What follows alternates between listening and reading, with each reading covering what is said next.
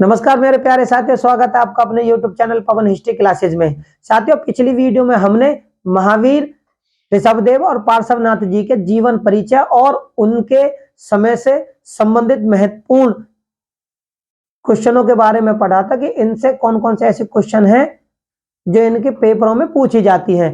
फिर दूसरी वीडियो में हमने उनकी मौलिक शिक्षाओं के बारे में पढ़ा कि इनकी मौलिक शिक्षाओं के अंतर्गत कौन कौन से महत्वपूर्ण क्वेश्चन पूछे जा सकते हैं, किन शब्दों के ऊपर क्वेश्चन बनते हैं। ये टॉपिक 3 है जैन धर्म का। इसमें हम पढ़ेंगे कि जैन धर्म के संप्रदाय कौन कौन से थे, उप संप्रदाय कौन कौन से थे और जैन संघ का नेतृत्व करने वाले कौन कौन से गणधर थे, जो गणधर थे वो कौन कौन से थे और कौन कौन से इनमें संगतियां हुई थी। तो वीडियो शुरू करने से पहले मेरे प्यारे साथियों, मेरे वीडियो को आखिर तक देखें और मेरे चैनल को लाइक, शेयर और सब्सक्राइब करना ना भूलें। तो शुरू करते हैं जैन धर्म टॉपिक 3, क्योंकि जैन धर्म बहुत बड़ा धर्म है। 1 या 2 या 3 टॉपिकों में ये कवर नहीं हो पाएगा।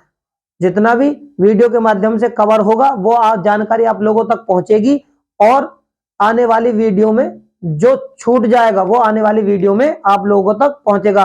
तो मेरे प्यारे साथियों, शुरू करते हैं जैन धर्म टॉपिक 3। जैसे पुदुगल, ये पुदुगल का क्या है, जिसका संयोग विभाजन किया जा सकता है। पुदुगल से अगर कुछ पूछा जाता है तो यह पूछा जाता है कि पुदुगल के अंतर्गत क्या चीज है, इसका संयोग विभाजन किया जा सकता है। इसका छोटा भाग क्या होता है, पुदुगल का छोटा भाग क्या होता है, अणु। अणु के संयोग से क्या होता है, अणु के संयोग से भौगोलिक पदार्थ।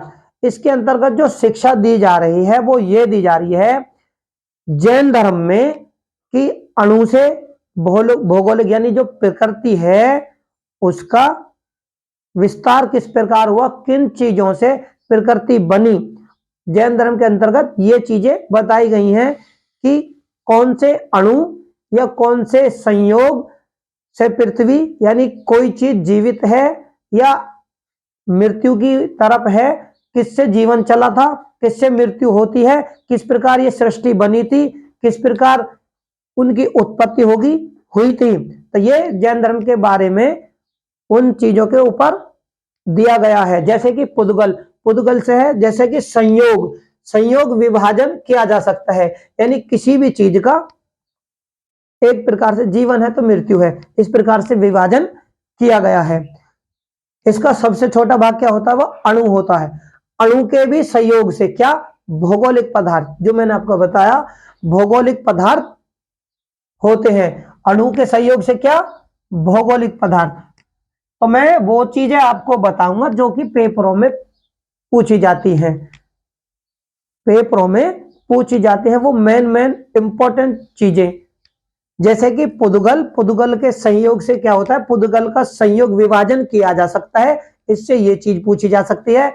पुदुगल का सबसे छोटा भाग क्या होता है, वो अणु होता है और अणु के संयोग से भी भौगोलिक पदार्थों की उत्पत्ति होती, जैसे अणु और परमाणु मिलकर करते हैं उसी प्रकार। देखो पुदुगल के गुण कौन कौन से हैं। अब इसमें पूछा जा सकता है कि पुदुगल के गुण कौन कौन से हैं। तो पुदुगल के जो गुण हैं वो क्या है, स्पर्श, गंध, रस और वर्ण। ये क्या है, ये पुदुगल के गुण हैं। इनके बारे में अगर पेपरों में गुणों के बारे में अगर पूछा जाए कि भाई पुदुगल के कौन कौन से गुण हैं, क्रम में आ जाए और भी बहुत सारी चीजें आ जाएं, तो आपको केवल ये चीज याद रखनी कि स्पर्श, गंध, रस और वर्ण ये पुदुगल के गुण हैं। और जैन धर्म में 6 लेस्य हैं। क्या, 6 लेस्य हैं। लेस्य कौन कौन से हैं, काला, नीला, धूसर, पीला, लाल और सफेद। ये जैन धर्म के आने वाले क्या लेस्यों के अंतर्गत क्या चीजें हैं, 6 लेस्य हैं। लेस्यों के अंतर्गत काला, नीला, धूसर, पीला, लाल और सफेद, ये लेस्यों के अंतर्गत आने वाली चीजें। अगर पेपरों में ये पूछ ले जाए कि भाई जैन धर्म में लेस्य क्या है, या लेस्यों के कौन कौन से कलर हैं, या कलर दे दिए जाएं कि काला नीला पीला जैन धर्म में क्या है, लेस्य है या संप्रदाय है या शिक्षाएं हैं या वचन है। कुछ इस तरीके से पेपरों में शब्द रख दिए जाएं जिससे विद्यार्थी थोड़ा परेशान हो जाए। तो आपने याद रखना लेस्य क्या है, काला नीला पीला धूसर लाल और सफेद क्या है, लेस्य है। तो आप आसानी से जब ये चीज याद होगी तो आप आसानी से क्वेश्चन को हल कर दोगे। मैंने आपको लेस्य की बता दी। व्यक्तियों के चरित्र के लेस्य होते हैं, व्यक्ति के चरित्र के लेस्य होते हैं, यानी कि काला नीला पीला धूसर ये जैन धर्म के अंतर्गत व्यक्तियों के चरित्र के लेस्य हैं, व्यक्तियों के चरित्र के लेस्य हैं। अब जैन सिद्धांतों का अवरोही क्रम, क्या जैन सिद्धांतों का अवरोही क्रम, अवरोही क्रम। अब जैन सिद्धांत के अंतर्गत जो कि तीर्थकर जो कि ज्ञान प्राप्त कर चुके थे, उनको हम महावीर स्वामी जी के नाम भी तो बहुत सारे हैं जैन धर्म में, तो वो कौन कौन से नाम, वो भी तो यही है कि तीर्थकर हैं, अरहत भी बोला जाता है उनको, तो और केवल्य भी बहुत सारे नाम है। तो ये अवरोही क्रम लिखा है कि अवरोही क्रम में क्या, तीर्थकर। तीर्थकर कौन होते हैं, जो मोक्ष प्राप्त कर चुके हों, तीर्थकर जो मोक्ष प्राप्त कर चुके हों। अरहत जो कि मोक्ष प्राप्ति के निकट हों, अरहत वो होते हैं जो कि मोक्ष प्राप्ति के निकट होते हैं। आचार्य, जैन धर्म में आचार्य कौन थे, आचार्य सन्यासी समूह के प्रमुख, आचार्य जो होते हैं वो सन्यासी समूह के प्रमुख होते हैं। और इनका क्या क्या कहा जा सकता है, उपाध्याय, अध्यापक और संत, ये उनके अन्य नाम। साधुओं के अंतर्गत और क्या चीजें हैं, साधु सभी शेष बचे हुए सब साधुओं में आते हैं। तीर्थकर जो कि ज्ञान प्राप्त कर चुके हों, अरहत जो मोक्ष के यानी मोक्ष प्राप्त कर चुके हों तीर्थकर, और जो अरहत होते हैं वो मोक्ष प्राप्त के निकट होते हैं। आचार्य जैन संघ जैन सन्यासी समूह का प्रमुख होता है। अध्यापक उपाध्याय, अध्यापक और संत साधु ये शेष इन सभी में आते हैं। ठीक है। स्वादवाद और अनेकांतवाद ये जैन धर्म के क्या है, सिद्धांत हैं। जैन धर्म में दो सिद्धांत हैं, जैन धर्म के दो सिद्धांत हैं, स्वादवाद और अनेकांतवाद, ये जैन धर्म के दो सिद्धांत हैं। ज्ञान के तीन स्रोत हैं जैन धर्म में, ज्ञान के तीन स्रोत हैं, कौन कौन से, प्रत्यक्ष, अनुमान और तीर्थकरों के वचन, ये जैन धर्म में ज्ञान के तीन स्रोत हैं। जैन संप्रदाय, अब मैंने आपको अगर ये क्वेश्चन बन जाता है कि ज्ञान के तीन स्रोत कौन कौन से हैं, तो आप प्रत्यक्ष, अनुमान या तीर्थकर, या फिर पेपरों में ये चीज आ जाए कि तीर्थकरों के वचन कौन से स्रोत के, कौन कौन से, तीर्थकरों के वचन या अनुमान ये किसके अंतर्गत आते हैं, तो ये ज्ञान के अंतर्गत आते हैं। भाई देखो इन्हीं के अंतर्गत क्वेश्चन बनेंगे, इनसे बाहर तो कोई क्वेश्चन बनेगा नहीं। आपने ये इंपॉर्टेंट चीजें अगर ये आपने याद कर ली तो पेपर एग्जामिनर घुमा कर सिर्फ शब्द चेंज हो जाते हैं, लेकिन क्वेश्चन इसी के अंतर्गत आएंगे। ये 100% है कि क्वेश्चन इन्हीं के अंतर्गत पूछे जाते हैं। जैन संप्रदाय, जैन संघ की स्थापना किसने करी थी, ऋषभदेव ने। क्वेश्चन अगर यही पूछ लिया जाए कि सबसे पहले तीर्थकर कौन थे या जैन संघ की स्थापना किसने की थी, तो किसने की थी, वो ऋषभदेव ने। लेकिन बहुत सारे बंदे क्या करेंगे, बहुत सारे जो छात्र हैं वो सीधा महावीर जी को करेंगे।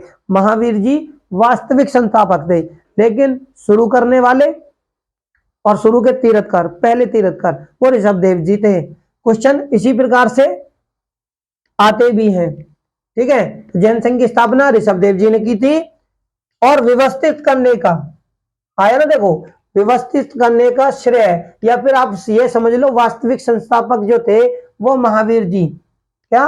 महावीर जी। तो मैं क्या मैं इन्हीं के अंतर्गत पार्श्वनाथ जी ने तो 4 आर्यव्रत जो जोड़े थे, 5वां व्रत महावीर जी ने जो ब्रह्मचर्य जोड़ा था। तो मेरा समझाने का यही है कि पेपरों में इनसे बाहर कुछ नहीं पूछा जाता, ये आपने याद करना बस। को जितने भी पेपर होंगे वो किसी भी चीज का हो, ऑल कंपटीशन इन्हीं के अंतर्गत ही पूछे जाएंगे। ये है कि थोड़े से टफ, क्योंकि भैया कंपटीशन है तो टफ तो होगा। और टफ के अंतर्गत क्या क्या क्या चीजें हैं कि इनको एक तरीके से सारे शब्द रख देंगे, मिलान करने के लिए दे देंगे कि भाई ये शब्द कौन कौन सी चीजों के अंतर्गत आते हैं। तो मैं इसलिए मेरा समझाने का बस आपको यही तात्पर्य है कि भाई मैं वो इंपॉर्टेंट चीजें आपको दूंगा जैन धर्म के अंतर्गत जो पेपरों में पूछी जाएगी। अब महावीर जी के अनुयायियों की अगर बात करें तो महावीर जी के जो अनुयायी थे वो 11 थे। अगर पेपरों में उनके अनुयायियों की बात करें तो 11 थे, जिन्हें क्या कहते थे? गणधर। गणधर। और इन्हीं के काल में क्या हुआ? महावीर जी के ही काल में 9 गणधरों की मृत्यु हो गई। 9 गणधरों की मृत्यु हो गई। और महावीर जी की जब मृत्यु हुई थी, महावीर जी की मृत्यु के बाद में एक गणधर की और हुई थी। 9 गणधर इनके जीते जी मर गए, और एक गणधर इनकी मृत्यु के बाद कौन? इंद्रभूति 10वां गणधर था जिसकी मृत्यु महावीर जी के बाद हुई। अब मेरा समझाने का जो तात्पर्य है वो यही तो है कि पेपरों में इसी प्रकार से तो पूछे जाते हैं।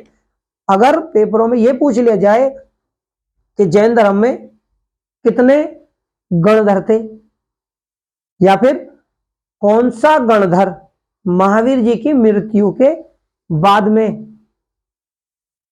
मृत्यु हुई, या महावीर जी की जीवन काल में कितने गणधरों की मृत्यु हो गई। एक ही लाइन में मैंने आपको 3-4 क्वेश्चन बनाने की कोशिश करी कि भाई क्वेश्चन इस प्रकार से पूछे जाएंगे, वो मैंने आपको समझाने की भी कोशिश करी है। क्वेश्चन बन गया महावीर जी के कितने अनुयायी थे? 1। महावीर जी के जो अनुयायी थे उनको क्या कहा जाता था? क्वेश्चन 2।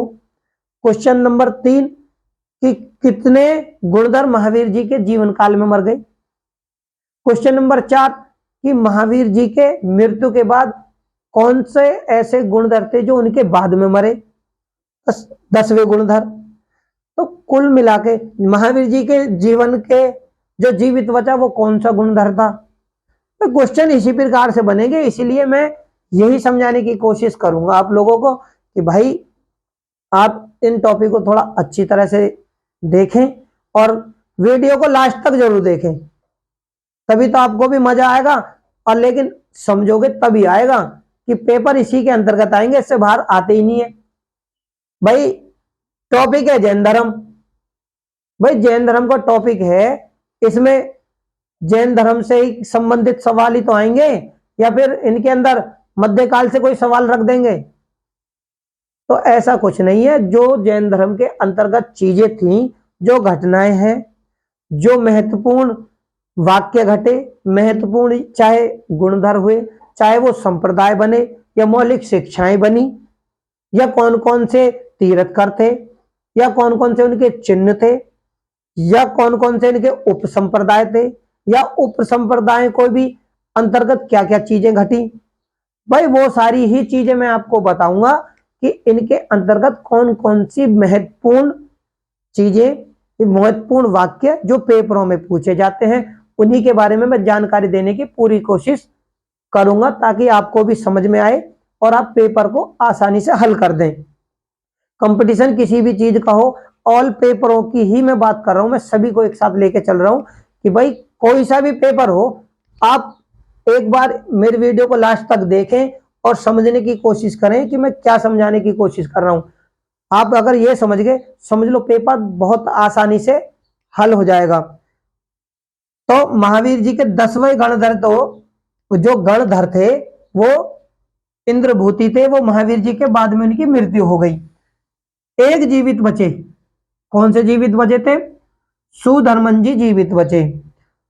अब महावीर जी के बाद में जो महावीर जी के बाद में जो जैन धर्म के संघों के कुछ और भी शिक्षक बने।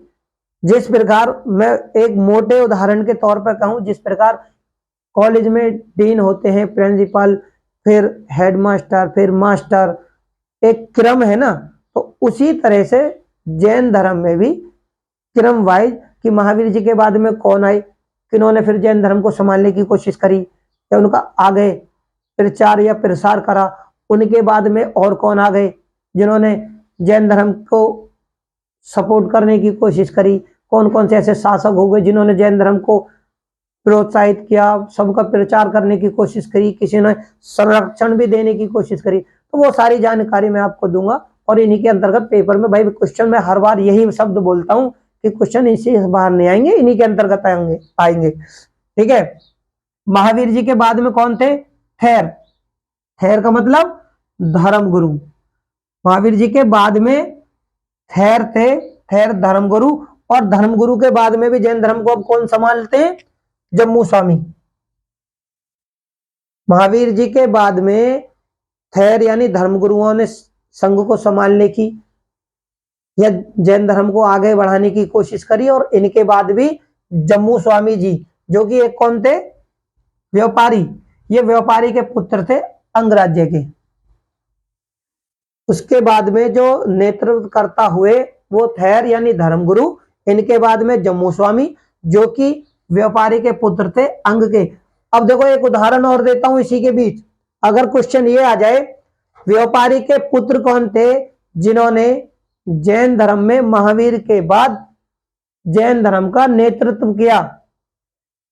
मैंने इसी वाक्य के ऊपर एक उदाहरण के तौर पर आपको क्वेश्चन भी दे दिया कि अगर यही पूछ लिया जाए कि व्यापारी के पुत्र कौन थे जिन्होंने महावीर के बाद या फिर थेर धर्मगुरुओं के बाद जैन संघ का या धर्म का नेतृत्व किया।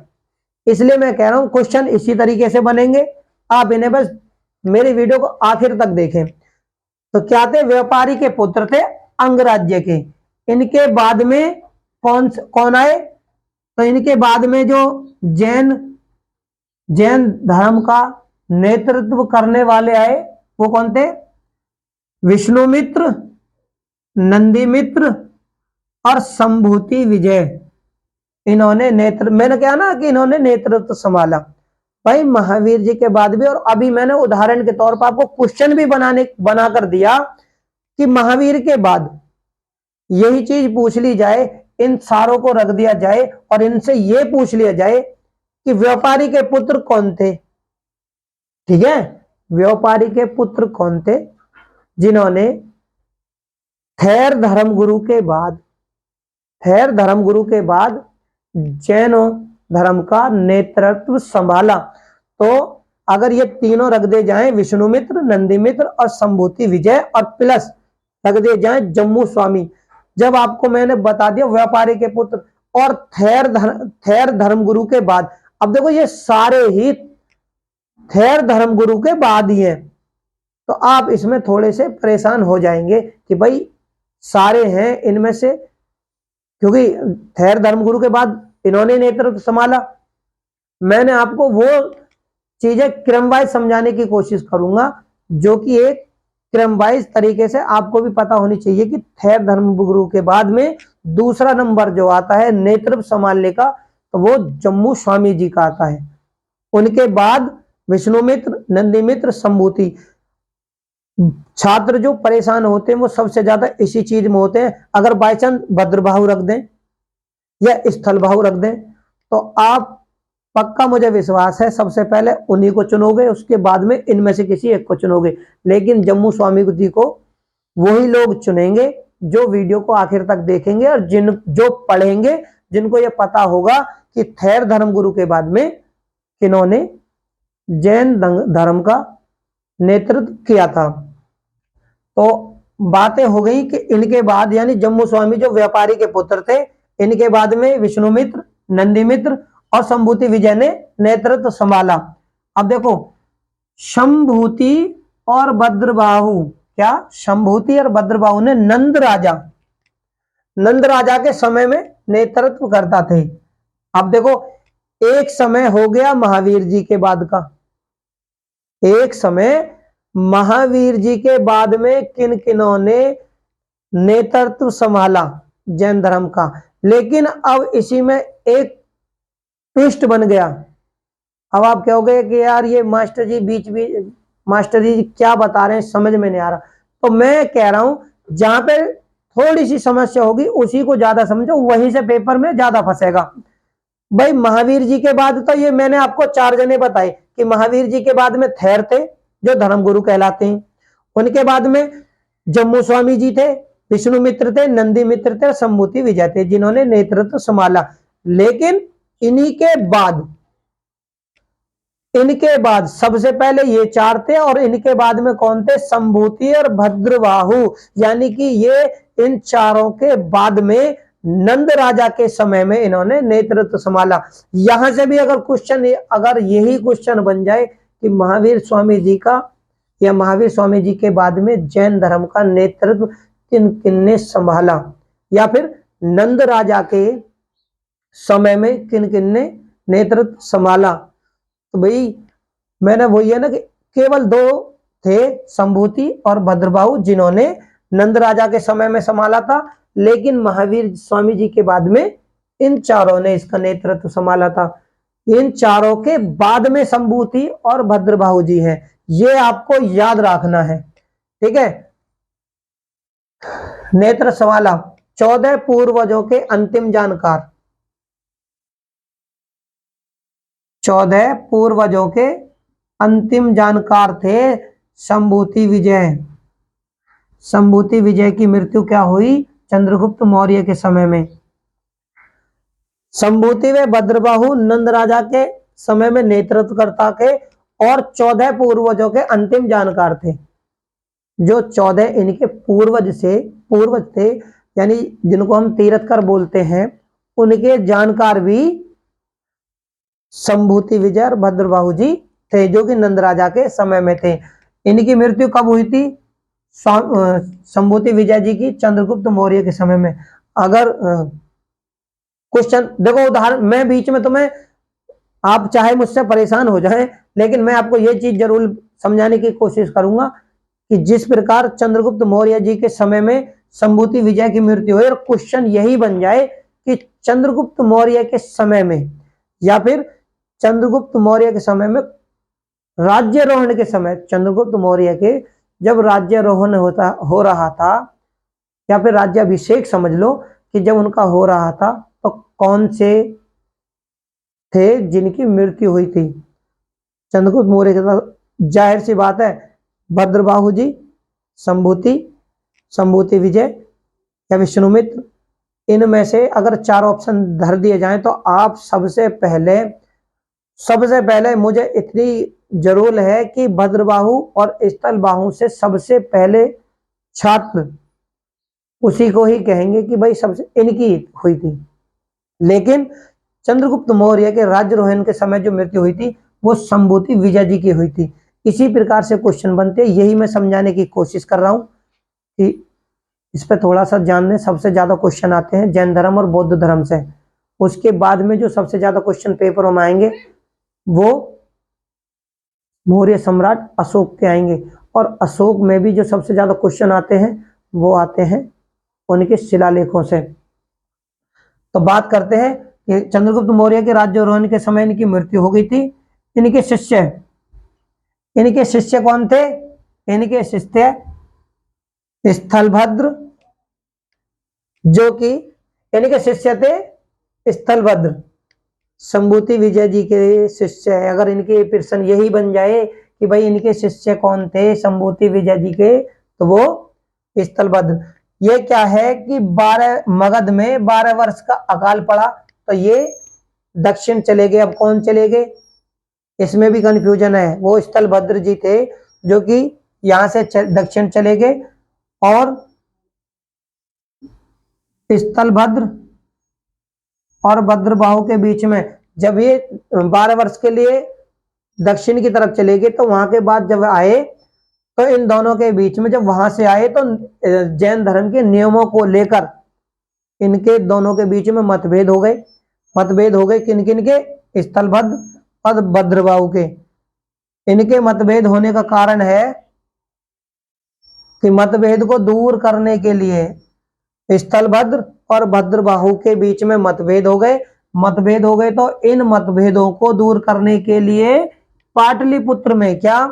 पाटलिपुत्र में 288 यानी 300 ईसा पूर्व स्थलभद्र जी के नेतृत्व में, या स्थलभद्र जी के नेतृत्व में पहली जैन संगति हुई थी। क्वेश्चन उदाहरण, भाई मैं उदाहरण के तौर पर आपको ये समझाऊंगा कि अगर क्वेश्चन ये पूछ लिया जाए कि पहली जैन संगति किसके नेतृत्व में और कहां पर हुई थी, तो यही है पहली जैन संगति पाटलिपुत्र में, और 288 या 300 ईसा पूर्व हुई थी। जैन धर्म इस संगति के दौरान ही जैन धर्म 2 भागों में बट गया था।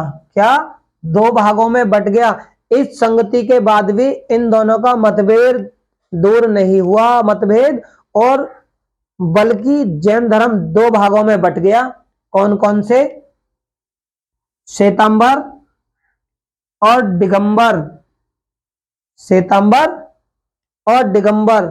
अब 2 भागों में बंटने के बाद भी जो भद्रबाहु थे, भद्रबाहु के नेतृत्व वाला, भद्रबाहु का नेतृत्व वाला क्या कहलाया? दिगंबर संप्रदाय हो गया। दिगंबर संप्रदाय के अंतर्गत क्या क्या चीजें थी कि ये निर्वस्त्र रहते थे, नंगे, ये नंगे रहते थे। और स्थलभद्र जी ने क्या करा था? इनके जो नेतृत्व वाले थे वो श्वेतांबर कहलाए, और श्वेतांबर क्या? सफेद कपड़े पहनते थे। तो मेरे प्यारे साथियों, अगर इसी के बीच में ये क्वेश्चन बन जाता है, उदाहरण के तौर पर फिर समझाऊंगा आपको रोक रोक कर, कि अगर यही क्वेश्चन बन जाए कि कौन सी संगति के अंतर्गत जैन धर्म 2 भागों में बट गया, तो पहली संगति स्थान था पाटलिपुत्र, समय भी हो गया। और क्वेश्चन ये बन जाए कि भद्रबाहु के नेतृत्व वाले क्या कहलाए और वो किस प्रकार रहते थे, तो वो दिगंबर कहलाए और निर्वस्त्र यानी नंगे रहते थे। या फिर ये बन जाए कि स्थलभद्र के नेतृत्व वाले क्या थे, तो वो श्वेतांबर और सफेद वस्त्र।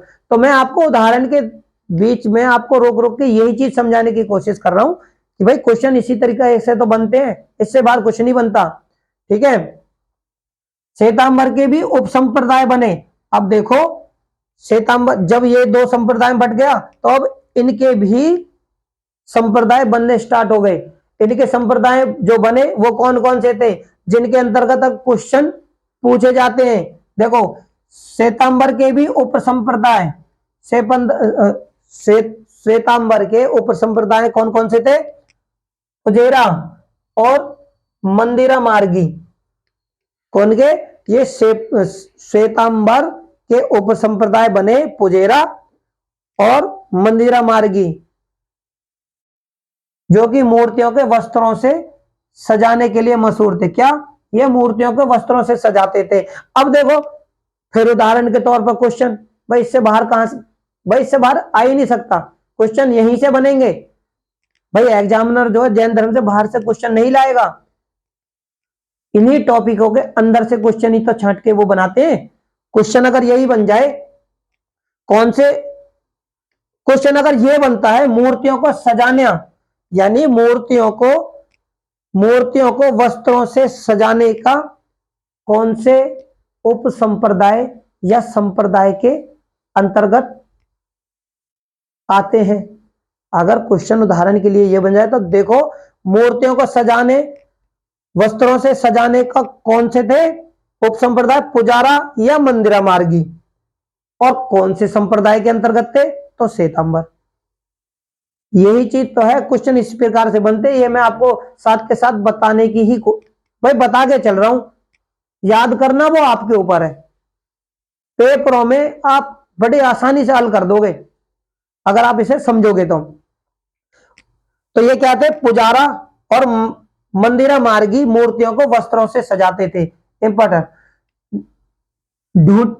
ढूठिया, ढूठिया या स्थानक वासी, ढूठिया, ढूठिया या स्थानक वासी, यह संप्रदाय क्या था, लोका संप्रदाय से निकला था। अब और निकल आया, यह संप्रदाय लोका संप्रदाय से निकला था। क्वेश्चन अब देखो, यहां पे भी क्वेश्चन बनता है कि लोका संप्रदाय से कौन सा संप्रदाय निकला था। आपको ये संप्रदाय भी याद करने पड़ेंगे, मिलान के लिए भी आ जाते हैं कि कौन कौन सा संप्रदाय किस किस संप्रदाय से निकला था।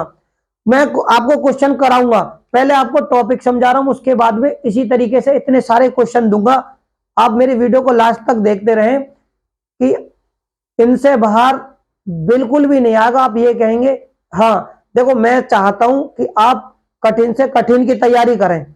अगर कठिन की तैयारी करोगे तो जो छोटे मोटे एग्जाम है या छोटे मोटे भर्तियां निकलती हैं, उनके जो एग्जाम हैं उन्हें तुम आसानी से कर दोगे। इसलिए कठिन के लिए चलो और सारी चीजें याद कर लो, जो कि मैं आपको टॉपिक वाइज समझाने की कोशिश कर रहा हूं। ये बहुत इंपॉर्टेंट चीजें हैं। लोका संप्रदाय से कौन सा, ढूठिया या स्थानक मार्गवासी निकला, ठीक है। लोकाशाह, ये कौन थे, लोकाशाह, लोकाशाह जी ने भी एक संप्रदाय चलाया। इन्होंने मूर्ति पूजा का त्याग कर दिया। देखो लोकाशाह, लोकाशाह संप्रदाय किसने, लोकाशाह ने, इन्होंने क्या कर दिया, मूर्ति पूजा का त्याग। अगर पेपर में क्वेश्चन यही बन जाए कि मूर्ति पूजा का त्याग करने वाला संप्रदाय कौन सा था, भाई क्वेश्चन में अगर यही पूछ ले जाए कि मूर्ति पूजा का जैन धर्म के अंतर्गत त्याग करने वाला संप्रदाय, और ये सारे संप्रदाय, बहुत सारे संप्रदाय और ये रख दिए, तो आप 100% परेशान होंगे कि यार ये क्वेश्चन लगा दिया जाए या ये लगा दिया जाए। तो इसलिए मैं बिल्कुल आपको विस्तार से समझाने की कोशिश कर रहा हूं कि भाई इन्हें आप एक बार लास्ट तक देख लो, पेपर को आसानी से आप हल कर दोगे। तो कौन से, लोकाशाह, लोकाशाह ने मूर्ति पूजा का त्याग किया, जो कि अहमदाबाद के थे। तेरापंथी, तेरापंथी, तेरापंथी से कौन कौन से, अभी तक जो बताया हमने आपको स्थल भाऊ जी के नेतृत्व में बताया था। अब देखो तेरापंथी, तेरापंथी कौन थे, स्थानकवासी। तेरापंथी जो इनके संप्रदायों के भी उपसंप्रदाय शुरू हो रहे थे, उनके क्या थे, स्थानवासी थे। और स्थानवासी क्या थे, भीकाजी महाराज। ये किसने चलाया था, भीकाजी महाराज। यानी इस उप संप्रदाय समझ लो या संप्रदाय समझ लो, इसको चलाने वाले भी कौन थे, तेरापंथी में, तेरापंथी में स्थानकवासी के कौन थे, भीकाजी महाराज ने इसे चलाया था। ये क्या करते थे, इस संप्रदाय के अंदर जो मुख्य बात है या प्रमुख बात है कि ये 13 वशिष्ठ बातों को मानते थे, 13 विशिष्ट बातों को मानते थे। इनके अंतर्गत ये एक प्रमुख चीज है जो कि पेपरों में पूछी जा सकती है, इसलिए इसे बता दिया। दिगंबर के उप संप्रदाय, अभी तक आपने जो समझे या मैंने जो समझाने की कोशिश करी वो श्वेतांबर संप्रदाय के अंतर्गत आने वाले उप संप्रदाय थे। अगर पेपरों में यही चीज, देखो दोबारा दोहराता हूं उदाहरण के लिए, अगर श्वेतांबर संप्रदाय के अंतर्गत क्वेश्चन में पूछ लिया जाए कि लोका संप्रदाय या पुजारा या मंदिरा मार्गी संप्रदाय कौन से संप्रदाय के अंतर्गत हैं, तो वो है श्वेतांबर संप्रदाय के अंतर्गत। अब मैंने आपको बता रहा हूं दिगंबर संप्रदाय, दिगंबर के उप संप्रदाय। भाई जैन धर्म के 2 संप्रदाय, श्वेतांबर, श्वेतांबर और दिगंबर, और श्वेतांबर के भी उप संप्रदाय हैं और दिगंबर के भी उप संप्रदाय हैं। तो दिगंबर के उप संप्रदायों को क्या कहते हैं, 20 पंथी। क्या कहते हैं, 20 पंथी। ये क्या करते थे, मूर्तियां क्षेत्रपाल और भैरव की, ये भैरव की मूर्तियां रखते थे। ये मूर्तियां रखते थे, कौन से थे वो, 20 पंथी। आपने ये भी याद करना, अब देखो तेरापंथी, तेरापंथी, तेरापंथी क्या थे? तीर्थंकरों की पूजा करते थे। क्वेश्चन बनता है यहां से भी कि तीर्थंकरों की पूजा कौन से संप्रदाय और या संप्रदाय के अंतर्गत कौन से उप संप्रदाय में पूजा करते थे? तो तेरापंथी, ये याद करने वाली चीजें हैं मैंने आपको जो बताई। तारणपंथी, तारणपंथी ये तेरापंथी का उप संप्रदाय, यानी कि देखो थेरापंथी, थेरापंथी का भी उप संप्रदाय क्या है? तारणपंथी। ये उप संप्रदाय कब था? इसका समय 15वीं शताब्दी में। और इसको चलाने वाले कौन थे? इसको चलाने वाले तारण स्वामी, इसको चलाने वाले, इसको किसने चलाया था? 15वीं सदी में तारण स्वामी जी ने, किन्ने? तारण स्वामी जी ने इसे चलाया था। तो मैंने आपको जो समझाने की कोशिश करी कि भाई देखो तेरापंथी का भी एक उप संप्रदाय, यानी तेरापंथी के अंतर्गत एक और उप संप्रदाय निकला, तारणपंथी। ठीक है। अब धर्म ग्रंथों की देखो, ये जो थे तारणपंथी धर्म ग्रंथों की पूजा करते थे। भैया क्वेश्चन यहीं से बनेंगे, और जैन धर्म बहुत बड़ा टॉपिक है और सबसे ज्यादा क्वेश्चन जैन धर्म के अंतर्गत आते भी हैं। इसलिए मैं आपको समझा रहा हूं कि अगर यही चीज पूछ ली जाए पेपरों में कि तीर्थंकरों की पूजा करने वाले कौन से संप्रदाय थे, या धर्म ग्रंथों की पूजा करने वाले कौन से संप्रदाय या उप संप्रदाय थे, तो भैया धर्म ग्रंथों की पूजा करने कौन थे? तारणपंथी। और तारणपंथी का समय पूछ लिया जाए तो 15वीं शताब्दी। इसके अगर संस्थापक या चलाने वाले का नाम पूछ लिया जाए तो तारण स्वामी। ठीक है। यापानिया, यापानिया प्रथम सदी। अब देखो एक संप्रदाय और जैन तीर्थंकरों के अंतर्गत ही, जैन धर्म के अंतर्गत यापानिया प्रथम सदी। संस्थापक कौन थे? यापानिया प्रथम सदी में था संप्रदाय, और इसके संस्थापक है कलश साधु। क्या? कलश साधु। भैया मेरे हिसाब से, मेरी समझ या मेरी सोच के हिसाब से यहां से भी क्वेश्चन अगर ये पूछ ली जाए, यापानिया जैन धर्म के अंतर्गत यापानिया संप्रदाय के समय कौन सा था या इसके संस्थापक कौन से थे? भैया यापानिया प्रथम सदी तो समय था, संस्थापक के कलश साधु। दिगंबरों के संघ में,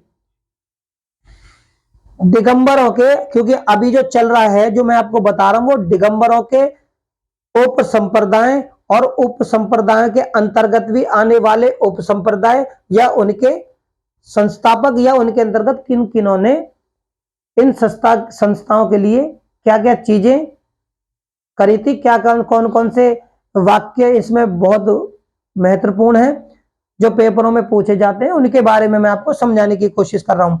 दिगंबर संघ, अब बात हो रही है दिगंबर संघ की। दिगंबर संघ में कौन कौन से संघ थे? तो कौन कौन से थे? द्रविड़ संघ, काशक, ये थे काष्टक, काष्टक संघ, कासट संघ। ठीक है। और माथुर संघ। क्या? माथुर संघ। अब क्वेश्चन देखो उदाहरण के लिए, फिर मैं आपको यहीं पर रोकूंगा ताकि आपकी समझ में बहुत अच्छी तरह से आए कि दिगंबर संघ के अंतर्गत कौन कौन से संघ थे। तो द्रविड़ संघ, काष्टक संघ, काष्ट काष्ट संघ और माथुर संघ, ये कौन थे? दिगंबर संप्रदाय। अब देखो श्वेतांबर संप्रदाय, श्वेतांबर संप्रदाय में 84 शाखाओं में विभक्त था। क्वेश्चन अगर ये पूछ ले जाए कि कौन सा संप्रदाय 84 शाखाओं में विभक्त था, दिगंबर या श्वेतांबर या तारणपंथी है या स्थानवासी, तो भैया मैं कह रहा हूं क्वेश्चन इसी प्रकार बनेंगे। तो ये 84 शाखाओं में विभक्त था। ये क्या करते थे? श्वेतांबर संप्रदाय के जो मानने वाले थे वो मल्लीनाथ जो तीर्थ करते उनको स्त्री मानते थे।